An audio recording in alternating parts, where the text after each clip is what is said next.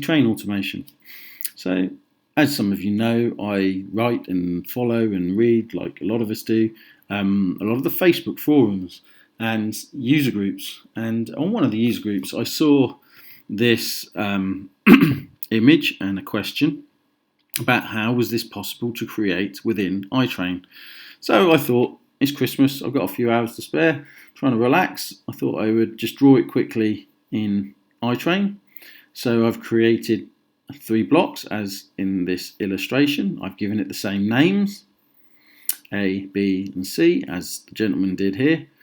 And I thought I'd try and show you how simply you can create the scenario he wishes to run here. So I've created the blocks, I've given them false lengths and everything else. I have created a locomotive and train ready to be used. So the next job is to create this route this customer wishes to run. Now this is fairly simple. What we have to do is go to Edit, Train Routes, go to New, give this a name. I'll just call it Test Shuttle. We then go to the items, and in this first upper window you'll see at the moment this is empty. This shows you what we want it to do. So if we go Append, we've now selected this first line ready to be filled. So the gentleman first wants to start at block A, press Append again. He wishes to go to block B. At block B, he wants to stop for 10 seconds of a wait. So we increase it, chance of wait to 100. We then reduce the time to the 10 seconds. So it will leave A, go to B, wait for 10 seconds. After B, what do we want to do next? Well, he wanted to go to C. So again, we choose block C. Again, we wish it to wait. And then from block C, he wanted to go back to block B and then back to block A. Now, when you create a route in iTrain, the last item in the route must be a wait, even if it's not going on to anywhere else. This kind of finishes the schedule. So the next thing we have to do is go to Options. And in here you can choose how many times it runs that route. Once, twice, 3 times, 4 times, whatever you wish. If you wish it to just run forever, if you stick this to 0, it will keep running until you turn the route off manually. So let's put it on 2. Reservation count and reserve start. In this illustration isn't so important, so I'm not going to go into that today. If you've created train types, you can assign it to that type. We won't do that either. So that's the route created. We can apply that. You now see in our list of routes we have that test shuttle, but we haven't assigned it to the train we wish to run yet. So let's close that. Here's our train. Down in the bottom left hand corner you can see I've got it selected.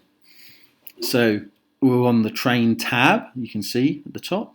If we right click over the picture and go to properties, we can now see the train properties.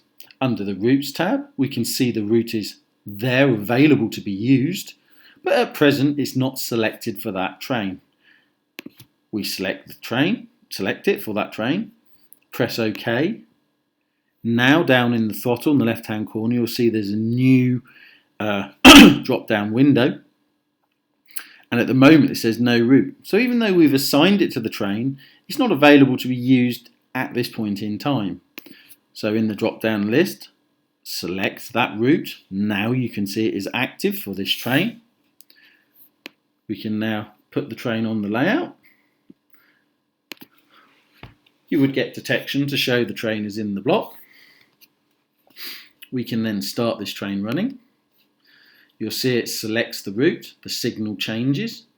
Now in this instance you'll see it's not gone to green, the signal, it's gone to amber because it knows it's got to stop in this block.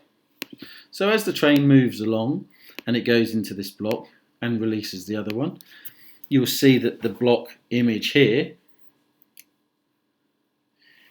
is changing. When the train slows down and stops, which it has just done, now you see it's waiting for 10 seconds and the yellow is moving down as time departs. As it finishes, it sets the route and goes into the next destination. The train starts to move. As it's going along, it picks up the feedback messages to confirm it's entered the block. And as it gets and clears the turnout and everything else, it gets to the block. It starts to slow down for the stop position set in the block.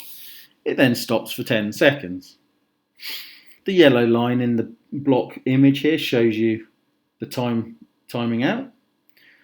Then the signal changes, it sets the route, the loco starts to drive, and off it goes to block B. Now this time what you'll notice is when it gets to block B and stops, as you see, it will stop in 3 seconds, it stops.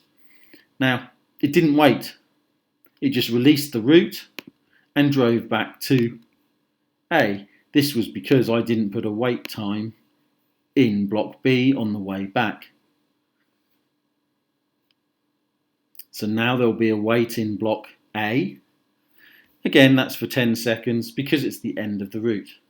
Now, the route will continue because I think I set it to continue twice. So it creates another route. It drives off. It leaves block A, goes into block B. Again, it will wait in block B because I've asked it for a wait time. So this will continue until the route has finished. As you can see, it's very easy to set up. If you wished to change the stop time, just go into Edit, Train Route, change the amount of time that you wish it to stop in that block, and that's it. So this train will just continue to run this route. I hope this has been useful. It is very quickly set up to show you how you can create a shuttle scenario, but this is exactly what this customer was asking for. If you've got any questions, give us a call at DC Train Automation. I've been using iTrain for about 10, 11 years now, not just for trains. We also use it to control the cars, iCar, and it is very, very useful piece of software. More and more users are using it. But as you can see, just by simulating the route here, the signals are working and everything else to simulate the route you have created. When the route comes to an end, this button here will go back to stop. So I think I did it for 2 or not. I might do it again, I can't remember. There we go, that's the end of the route. And you can see the play button's now gone back to its original state. I hope this has been useful. Thank you very much. Bye bye.